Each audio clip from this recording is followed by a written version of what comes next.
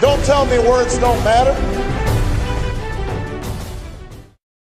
We are 5 days away from fundamentally transforming the United States of America.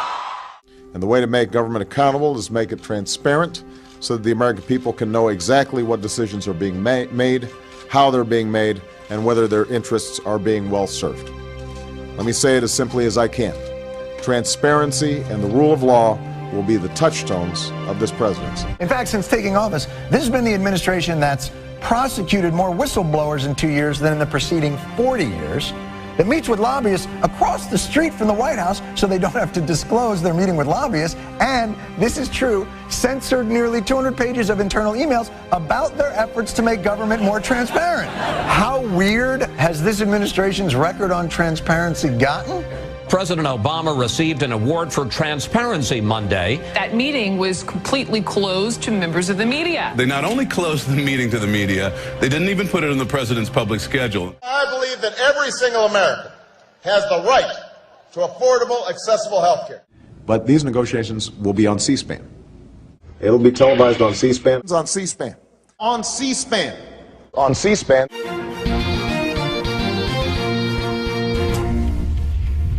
C-SPAN founder and CEO Brian Lamb tells the Daily Caller that C-SPAN's cameras need more access in Congress. Would you have liked to see C-SPAN in the negotiations to see what was going on behind closed doors? The president said that we're all going to be on C-SPAN. He never asked us. This prompted C-SPAN to send a formal letter to Congress today. They are requesting, once again, full camera access to all of the relevant negotiations to how our health care system will be changed in this country. Brian Lamb, the founder of C-SPAN, is urging Senate Leader Harry Reid and House Speaker Nancy Pelosi, along with the president, to allow the public full access. Okay, just lastly, why can't you answer the C-SPAN question? I did. Well, you didn't, because you I said I hadn't seen the letter, which I haven't. Why do you need to see a letter? I mean, this is something the president said during the campaign, and he talked about he wants everything open on C-SPAN. Dan asked me about the letter, and I haven't read the letter. So I'll just ask you about having it on C-SPAN. I understand. I answered Dan's question, and I answered this. A lot of reasons not to do it on C-SPAN. People could showboat. Does he regret making that statement during the campaign? No. If you have insurance that you like, then you will be able to keep that insurance. If you've got a doctor that you like, you will be able to keep your doctor. Nobody is trying to change what works. But I don't think we're going to be able to eliminate employer coverage immediately. There's going to be potentially some transition process. I can envision a decade out, or 15 years out, or 20 years. If you're one of the more than 250 million Americans who already have health insurance, you will keep your health insurance. This law will only make it more secure and more affordable. It's just untrue. A lot of employers are going to drop their health insurance coverage to dump people on the government-run exchanges. One of the concerns about health care and how you pay for it, 1/3 of the funding comes from cuts to Medicare. Right. It is important for us to make sure this thing is deficit neutral, without tricks.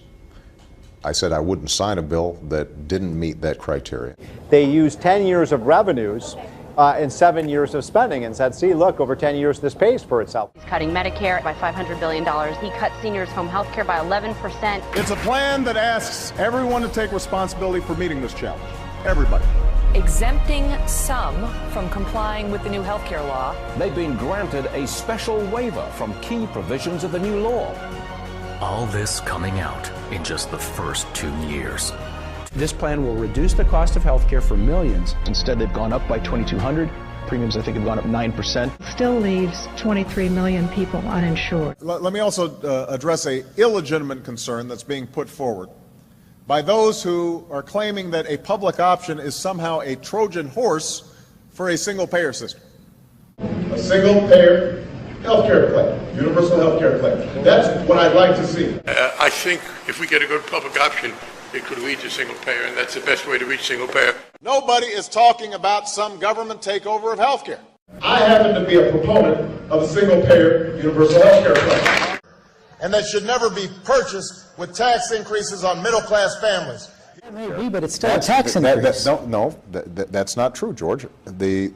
for us to say that you've got to take a responsibility to get health insurance is absolutely not a tax increase. No, but George, you can't just make up that language and decide that that's called a tax increase.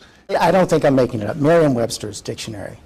Tax, a charge usually of money imposed by authority on persons or property for public purposes. George, the fact that you looked up Merriam's dictionary, the definition of tax increase, indicates to me that you're stretching a little bit right now. But you reject that it's a tax increase. I absolutely reject that notion. But if Obamacare isn't a tax, why did the president's lawyers tell the Supreme Court it is a tax? If they don't pay the tax, they violated a federal law.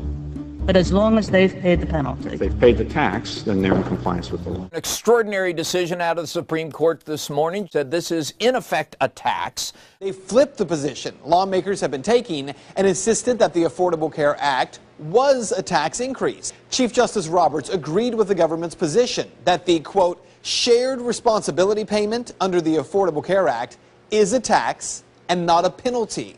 And Obamacare doesn't have just one tax. It has more than 20 Obamacare tax hikes. That is why Obama didn't want us to know about the Obamacare taxes until it was too late. But we have to pass the bill so that you can find out what is in it. So many people said, you know, back in August '09, we were all saying this seemed to be a tax, and if it was a tax, then this was going to be the largest tax increase in history. He broke that promise by implementing Obamacare. We're going to see, as you already mentioned, $500 billion in taxes, the biggest tax hike in American history. And I can make a firm pledge. Under my plan, no family making less than $250,000 a year will see any form of tax increase. Not your income tax, not your payroll tax, not your capital gains taxes, not any of your taxes. But the president of the campaign said that he made a flat pledge that he would not raise taxes on anybody making under $250. So is that pledge still operable? Well, again, I think in some ways your question is hypothetical because there are any number of different bills, different proposals. I think the president has outlined what he believes is the very best way to pay for health care. Hypothetical. He made a pledge. He said, I'm not going to raise taxes on anyone making under $250. Is that pledge still active? We are going to let the process work its way through it. So it's not. We're going to let the process work its way through it. All right? If you make under $250,000, you will not see your taxes increase by a single dime. Not your income tax, not your payroll tax, not your capital gains tax. You have, however, said you would favor an increase in the capital gains tax.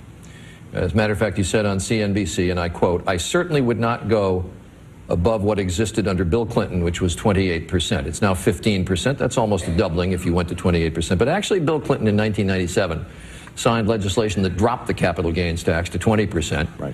And George Bush has taken it down to 15%. Right. And in each instance, when the rate dropped, revenues from the tax increased. The government took in more money.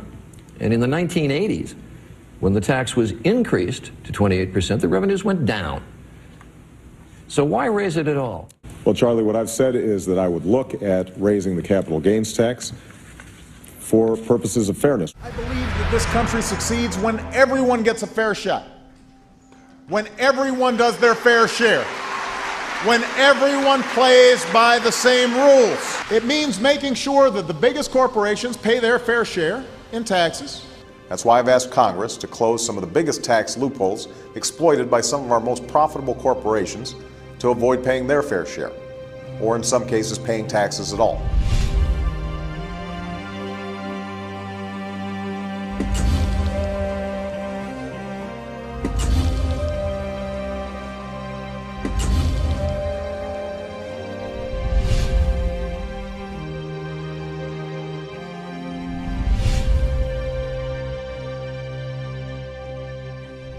It's not right to ask middle-class families to pay more for college before we ask the biggest corporations to pay their fair share of taxes.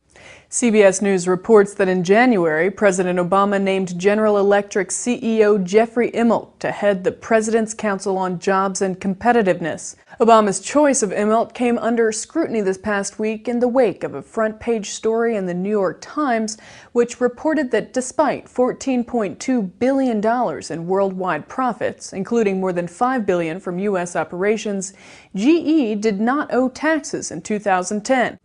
Carney was asked why, if the president wants corporate tax reform, he appointed, quote, to the head of the Competitiveness and Jobs Council, a person who is now the poster child for abusing the system to get out of paying taxes. The Recovery Act and our actions to fix the financial system were decisive in starting to turn the economy around. Our economy is stronger. That economic heartbeat is growing stronger. All of them have projects that are shovel-ready. Shovel-ready projects. Shovel-ready projects. We are seeing shovels hit the ground. Shovel-ready was not as shovel-ready as we expected. Under my plan of a cap-and-trade system, electricity rates would necessarily skyrocket. Coal-powered plants, natural gas, you name it, whatever the plants were, whatever the industry was, they would have to retrofit their operations. That will cost money. They will pass that money on to consumers. So if somebody wants to build a coal-powered plant, they can. It's just that it will bankrupt them because they're going to be charged a huge sum for all that greenhouse gas that's being emitted. President Obama is facing new criticism over supporting offshore drilling in Brazil while continuing to back very tough restrictions right here in the U.S. And the Obama administration is going to lend at least $2 billion to a Brazilian state-owned oil company to finance drilling off that country's shores. Meanwhile, our federal government, the Obama administration, has virtually shut down the Gulf of Mexico. In 2009, Barack Obama said, I'm pledging to cut the deficit by half by the end of my first term in office. And for them to say that we shouldn't be raising the debt ceiling is irresponsible. The way Bush has done it over the last 8 years, number 43 added $4 trillion by his lonesome. That's irresponsible. It's unpatriotic.